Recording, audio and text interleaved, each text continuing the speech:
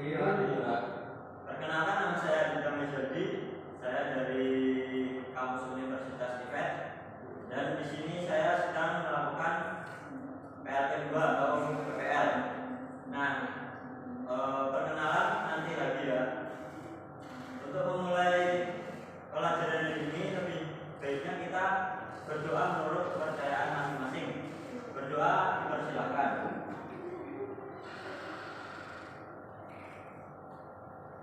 Selesai. Nah, untuk hari ini yang tidak berangkat siapa saja? Kayaknya kok cuma sedikit siswanya. Mungkin lebih jelasnya akan saya absen saja ya. Iya.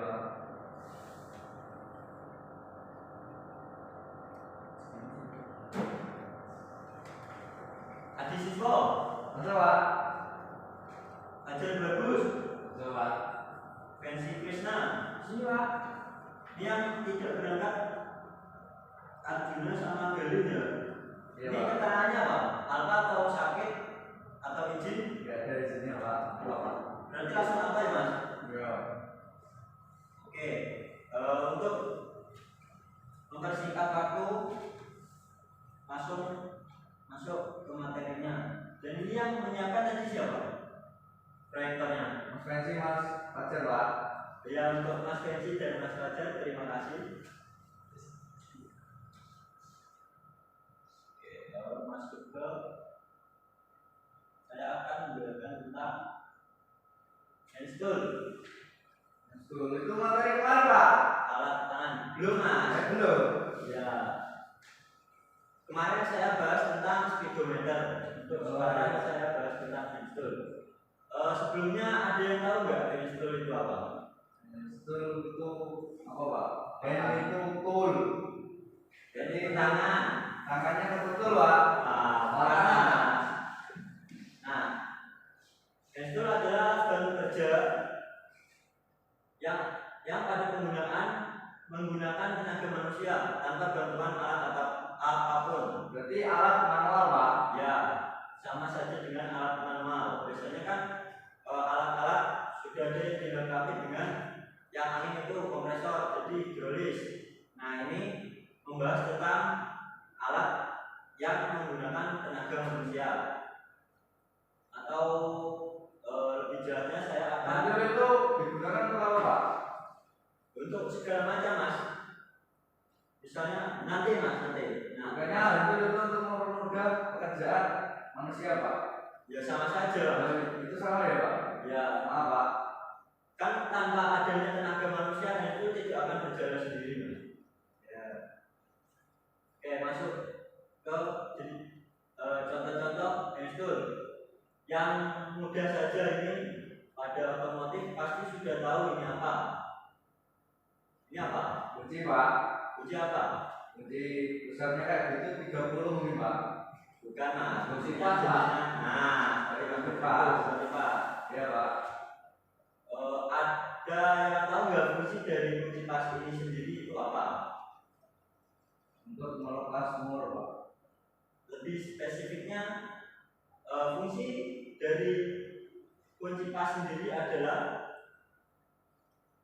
membantu dalam proses kerja mengencangkan atau menundurkan mur dan baut terutama pada area yang sempit. Jadi ketika ada mur seperti ini, dalam kunci pas itu kan seperti ini Mas. Jadi gampang gitu loh. Ya. Kalau yang kunci ring kan harus masuk kayak gini, jadi susah. Ya. Kunci pas tidak cocok digunakan untuk menundurkan mur baut yang kencang atau dalam torsi yang tinggi. Itu alasannya kenapa Mas? Slack. Nah, slack. Kalau untuk mengantisipasi slack atau mur bautnya rusak itu, jadi ini tidak recommended untuk torsi yang tinggi. Kemudian masuk ke kunci ring. Kunci ring memiliki bidang cekram yang lebih baik daripada kunci pas. Itu karena apa? Karena banyak giginya. Nah, greedy itu menyebabkan bidang sentuhnya itu banyak, jadi meminimalisir untuk slack dan keausan pada baut itu sendiri. Fungsi dari kunci ring ini adalah untuk menunjukkan mode dan baut dengan momen yang cukup besar dan dapat dipakai dalam ruang terbatas karena bentuknya itu kecil, jadi bisa ke sela-sela yang sempit seperti itu. Selanjutnya adalah kunci kombinasi. Momen atau torsi pengencangan dari kunci kombinasi ini cukup kecil, namun harus tetap diperhatikan dalam pengencangan baut dengan spesifikasi momen pengencangan kecil. Jangan menorsi terlalu kencang karena akan menyebabkan baut itu putus. Itu keuntungannya apa Pak? Nah, untuk keuntungannya ini Mas, jadi ini multifungsi ya. Ketika kita menghadapi baut yang selek, itu bisa menggunakan yang pasnya. Dan ketika kan kadang ada baut itu di antara mur yang tidak bisa dijangkau oleh kunci ring, jadi kita menggunakan kunci pas. Seperti baut pada long terot itu kan tidak bisa menggunakan kunci pas, kunci ring. Itu bisa patah nggak Pak? Kemungkinan bisa, tergantung kualitas dari kunci itu sendiri. Berarti ini pendek ya Pak? Ya, Momennya kurang ya Pak? momennya kurang. Berarti momen itu apa Pak? Momen itu tingkat kekencangannya Mas. Ya Pak, Cukup. ya. Oke, saya lanjut. Nah, ini ada yang tahu ini apa? Kebangetan kalau nggak tahu. Untuk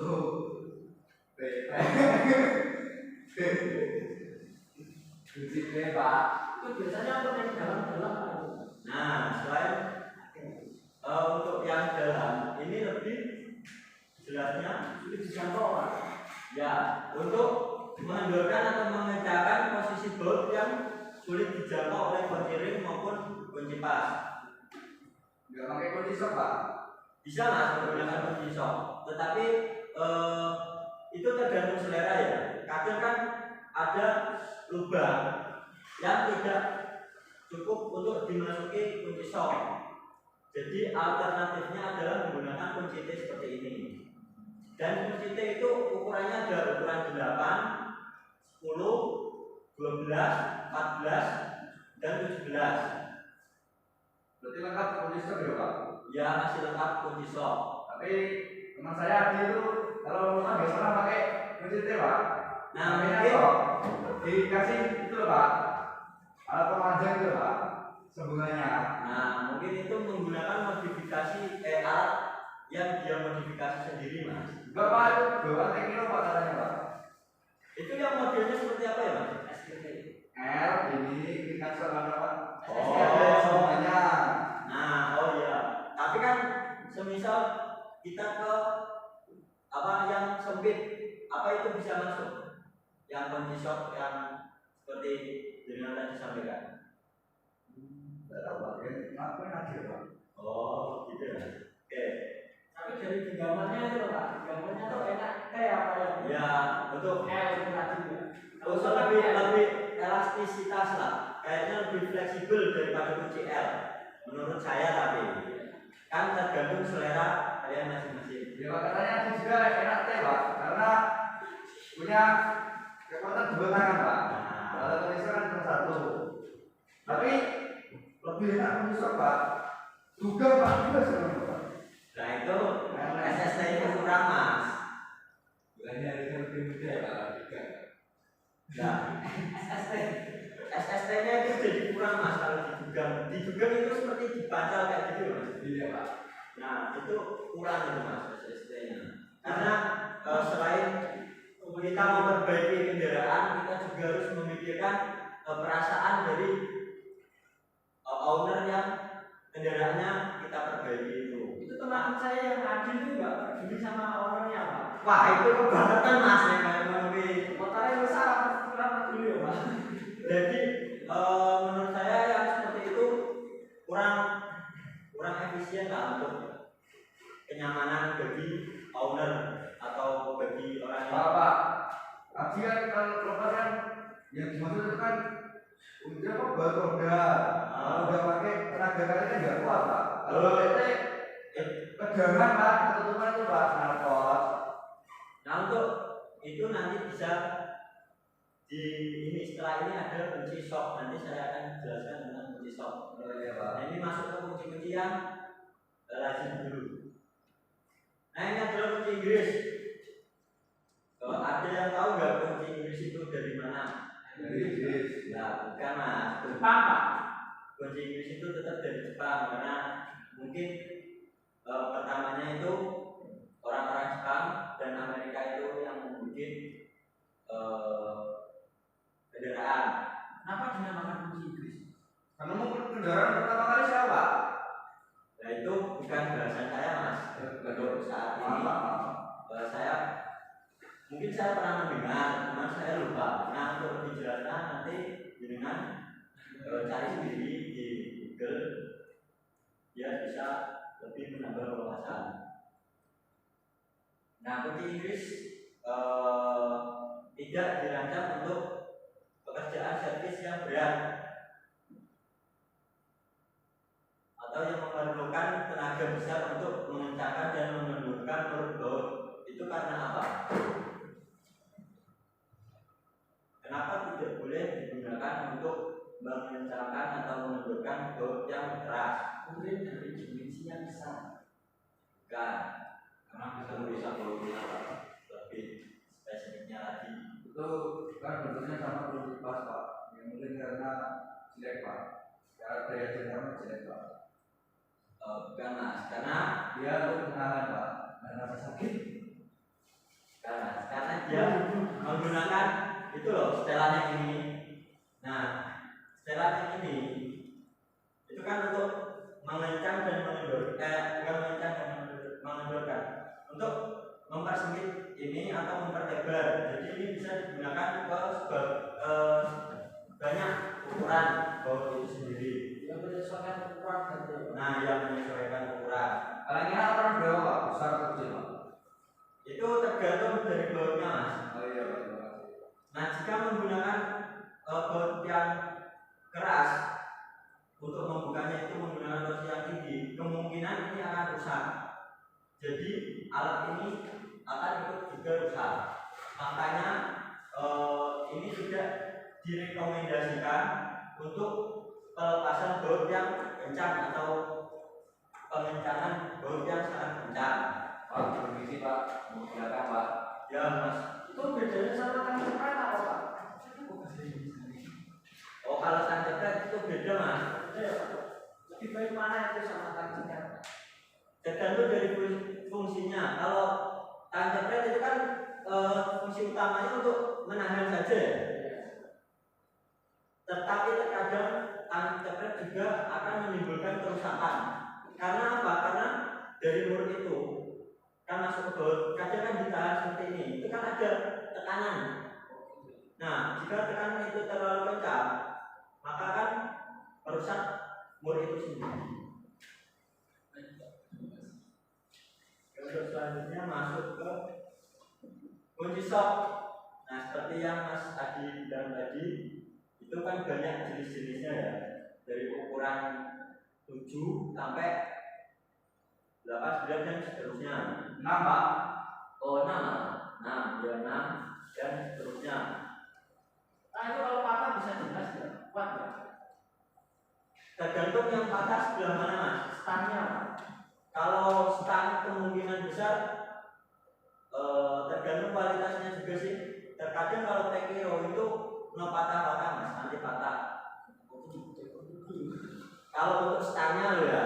Tapi kalau untuk matanya, mata shocknya itu ya kadang tekiro juga patah. Mata shocknya. Kadang kan bisa sobek kayak gitu loh.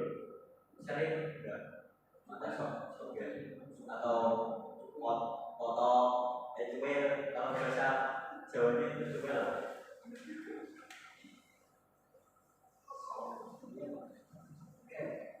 Yang besar itu apa aja pak? Kursi ya. itu kan ada kunci krek-krek gitu ya Pak. Ya itu kunci racet mas. Nah itu kalau sudah nggak bisa krek itu bisa diperbaiki nggak? Kalau untuk sementara ini saya belum tahu, tapi saya pernah memakai kunci seperti itu. Apa tadi krek-kreknya itu rusak kan? Itu diakalinya dengan cara bilas mas. Jadi dibikin paten. Kalau di bengkel yang pernah saya ikuti itu seperti itu, tapi itu juga tergantung ke selera masing-masing sih. Kan tujuan dari kunci racet itu sendiri untuk meringankan pekerjaan kan. Jadi ketika kita membuka baut seperti ini, terus kita gerakan ke sini untuk mengunci, terus kita balik ke sini itu baut ini tidak berubah, jadi memudahkan seperti ini loh. Beda dengan kunci sok. Kalau kunci sok kita masuk kayak gini, dikencangkan kayak gini, terus dilepas lagi, masuk lagi, kencang lagi. Itu lebih tidak efisien daripada kunci racet ini sendiri. Itu rupanya bisa diservis loh. Dirasa jauh rusak. Nah mungkin bisa, tetapi saya belum pernah membongkar atau memperbaiki kunci ini. Nah itu ada yang bentuknya kayak kopel itu apa Pak itu? Ini mas, Yang kayak jari kopel itu loh Pak, yang enggak Pak, bawah. kayak ini. Ya itu. Nah, ini adalah soket tambahan untuk kita bisa mengencangkan atau melepas baut itu fleksibel, jadi bisa berbelok-belok gitu loh mas. Intinya itu fleksibel. Jadi sama main bautnya ada bisa miring gini. Ya, semisal baut seperti ini, tapi di sini tertutup oleh sesuatu. Jadi kan nggak bisa langsung kayak gini toh mas. Ya. Kayak pakai kunci itu bisa masuk ke sini, terus nanti itu fleksibel belok seperti itu. Jadi kita bisa mengendorkan atau mengencangkan baut yang sulit tadi. Oh berarti bagus kunci ini pada kunci T Pak. Nah mungkin itu kan balik lagi tuh mas, tergantung kita menggunakannya mas. Kalau semua baut dibuka pakai kunci ini, ya dia bisa, tapi kan memiliki tingkatnya berbeda-beda mas.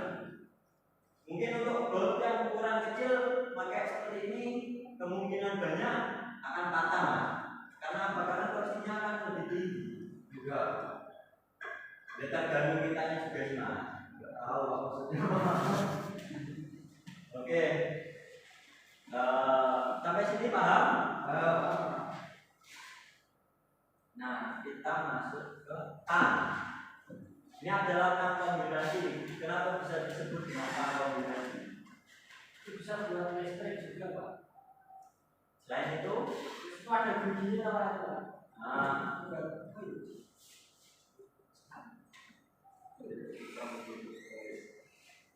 nah untuk lebih jelasnya, Bisa berpotong juga itu. nah ya benar. Selain Itu bisa juga. untuk cuman sekedar untuk memegang, tang kombinasi ini juga bisa untuk memotong kawat yang kecil atau kabel dan sebagainya.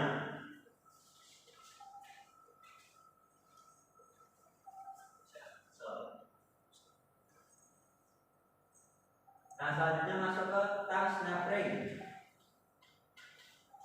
Ada yang tahu ini kegunaannya untuk apa?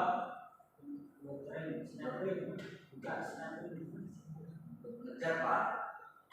Mengecat apa? Pak, cet. Bukan mas. Nah tang snap ring ini ada dua mas, yaitu yang di dalam atau in dan di luar out. Jadi dia fungsinya itu ada dua, yaitu yang satu itu masuk ke dalam seperti ini mencapit, dan yang satu itu membuka seperti ini. Biasanya digunakan untuk membuka stick yang kalau di motor itu biasanya pada transmisi, pada gear depan itu kadang menggunakan yang seperti itu. Dan selanjutnya adalah palu. Ini bisa disebut dengan palu besi ya. Palu ini digunakan untuk membentuk logam dan bahan, menggunakan paku, keling dan membentuk logam. Biasanya ini pada pekerjaan yang berat. Yang kedua adalah palu karet. Palu karet digunakan untuk pekerjaan pemasangan ban. Selain itu digunakan untuk memukul komponen-komponen dengan kekuatan ringan agar tidak merusak komponen yang dipukul. Nah, biasanya palu karet ini menurut pengalaman saya ini ya, palu karet ini digunakan untuk memasang saklar pada mobil biasanya. Kan kita saklar itu kita press dengan alat press itu. Nah, lalu untuk memasukkannya itu biasanya dipukul menggunakan palu karet. Kenapa menggunakan palu karet? Karena ya benar, untuk meringankan bekas luka atau untuk agar dari saklar itu tersebut ketika kita getok seperti ini itu tidak akan luka. Oh berarti pasti bisa Pak? Bisa. Kotak palu karet. Getok pakai karet itu hatinya akan lembut. Ya. Oh iya Pak. Saya pernah lihat Pak itu Pak, pasang blok mesin Pak. Ya Mas, kan kalau kita blok mesin kita pasang, terus kita pakai palu yang besi atau konde tadi, itu akan meninggalkan bekas. Nah itu kemungkinan oli atau apapun itu akan bocor. Nah, kita bahas tentang obeng. Obeng itu ada obeng min dan obeng plus. Tahu nggak kegunaan obeng itu apa? Oh, oke. Apa Mas Haji? Buat Pak. Itu Pak. Oh, bisa begitu Kan Mas, kalau kita ngecek itu menggunakan ini. Intinya semua kunci itu untuk melepas dan memasang baut Pak dan mur. Ya kalau semua kunci seperti itu, kalau kunci itu bisa Mas untuk membuka baut dan mur. Itu bisa Pak kalau kemarin pakai kunci T Pak. Oh. Pak saya pernah lihat teman saya Adi itu Pak itu pakainya itu Pak. Apa itu Pak? Obeng kita Iya. itu apa Mas? Tidak tahu Pak itu Pak. Teman saya Pak.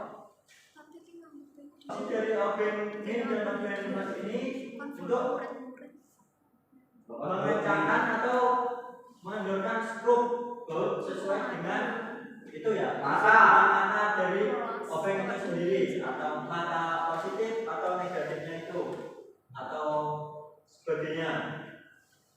Tap selanjutnya tap dan snai. Fungsi dari tap dan snai ini apa Mas?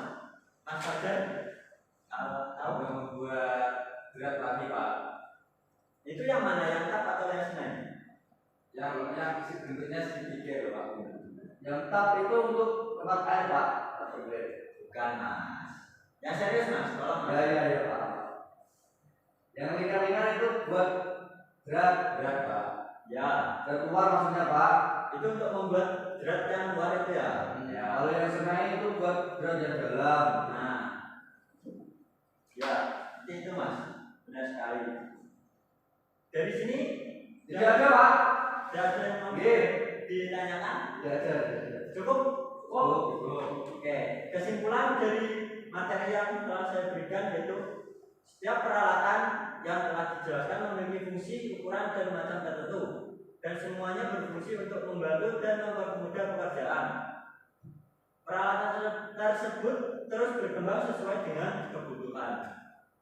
Nah, terima kasih atas perhatiannya, dan tugas untuk pertemuan selanjutnya adalah membuat makalah tentang hand tool yang belum saya jelaskan dalam materi di atas.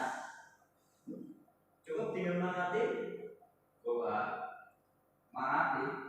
Dimengerti. Oh iya. Kalau sudah cukup, sekian kiranya saya ucapkan terima kasih.